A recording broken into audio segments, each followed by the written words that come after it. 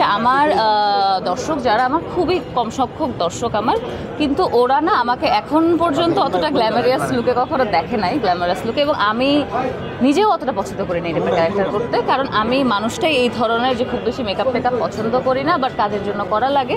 আমি লাস্ট আমার টোটাল 3টা যে সিনেমা করলাম একটাতেও আমার কোনো মেকআপ ছিল না, এবং আমার প্রচণ্ড কমফোর্ট ফিল লাগে আমি যখন কোনো মেকআপ ছাড়া কাজ করছি, কিছুক্ষণ পর আমার টাচ আপ দেওয়া লাগছে না, কিছু না। বাট ফ্যাকরার মতো এতটা ডিজাস্টার ক্যারেক্টার, লাইক এতটা ডাউন ক্যারেক্টার আমি এর আগে করি এতটা, কারণ পুরো সিরিজটার টাইমে আপনারা শুধু দেখবেন যে ফুল এপিসোড জুড়ে শুধু আমাকে নিয়ে টানা হ্যাচড়া হচ্ছে, কখনো আমি এখানে পড়ে যাই, কখনো কেটে ফেলি, কখনো এটা করি ওটা করি। আমি গোলাপি সব ফ্যাকরা, এবং আলটিমেটলি গোলাপের জন্যই সব ফ্যাকরাগুলো হয়। তো বলতে পারি যে ফ্যাকরাটা আমার জন্য কিছুটা হয়েছে গোলাপির জন্য, তো একটু দেখতে পারেন আর আমাকে একটু অন্যভাবে দেখবেন আপনারা, আশা করি। এই যে ফ্যাকরা বললেন, ফ্যাকরাতে আপনাকে নিয়ে যত ফ্যাকরার মূল, বাস্তব জীবনে কখনো এরকম হয়েছে আপনাকে কেন্দ্র করে? আমাকে কেন্দ্র করে কিছু হওয়া লাগে না, বাস্তব জীবনে আমার মনে হয় আমি নিজেই একটা ফ্যাকরা। সো আলটিমেটলি আমাকে কেন্দ্র করে কিছু হওয়া লাগবে না, আমি নিজেই ফ্যাকরা, আমি যেখানে থাকবো ওখানে ফ্যাকরা হবে। এখন ব্যাপারটা দেখেন, এটা যে সিনেমা বলে আমি এটা নিয়ে বলেছি বা একটা কাজ নিয়ে যে আমি বলেছি এটা না, আমি মাত্র বললাম যে আমার কাছে বড় পর্দা ছোট পর্দা বিজ্ঞাপন প্রতিটাই আমার কাজ। এখন আমি প্রতিটার জন্যই তো আমি অ্যাক্টিংটা করছি। এখন জিনিসটা তো এমন না যে আমি ছোট পর্দা হলে আমার অ্যাক্টিং স্কিলটা কম দিব, বড় পর্দা হলে বেশি দিব, অবশ্যই না, কারণ আমাকেই দেখা যাবে প্রতিটা জায়গায়। তো শিকার যেটার হয়েছি, আমার কাছে মনে হয় যে এটা সিনেমা না হয়ে যদি একটা বিজ্ঞাপনেও যদি আমাকে কাস্ট করে সব কিছু করে শুটিংয়ের আগের দিন যদি আমাকে ক্যান্সেল করে দেওয়া হয়, এটা একটা আর্টিস্টের জন্য অনেক বড় অপমান। কারণ হচ্ছে অপমান, আমি কেন বলছি অপমান, প্লাস আমার টাইমটা ওয়েস্ট করছে সে, তার এই কোনো অধিকার নেই। কারণ আমরা আর্টিস্টরা যারা একটা ক্যারেক্টার যখন পাই, আর হ্যাঁ এটা ঠিক যে সিনেমাটা তো আমাদের একটা বড় সময় ধরে করা হয়, সিনেমা হোক সিরিজ হোক, তো এই কাজগুলোর জন্য আমরা একটু লং টার্ম প্রিপারেশন নিই আর্টিস্টরা নিজেদের জায়গা থেকে।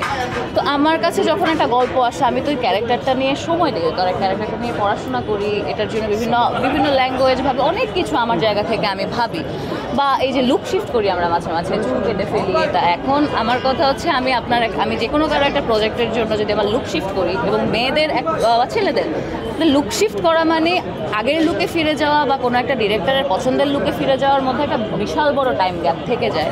সো মাঝখানের সব কিছু আমরা না একটা ডেট প্ল্যান করি, অনেক কিছু করে আমরা একটা কাজের জন্য আলটিমেটলি শুটিংয়ে আমরা যাই। তার আগের দিন যদি এই জিনিসটা করা হয়, তাহলে আমার কোশ্চেন হচ্ছে কেন তোমরা কাস্ট কেন করেছো? কারণ অবশ্যই আমাদের আর্টিস্টদেরকে ডাকা হয় আমাদের কাজ দেখে।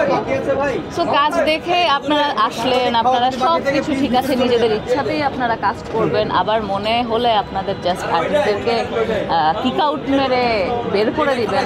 এটা হওয়া উচিত না, এটা শুধু আমার সাথে না, এটা কারোর সাথে হওয়া উচিত না, একজন ব্যাকগ্রাউন্ড আর্টিস্টের সাথেও হওয়া উচিত।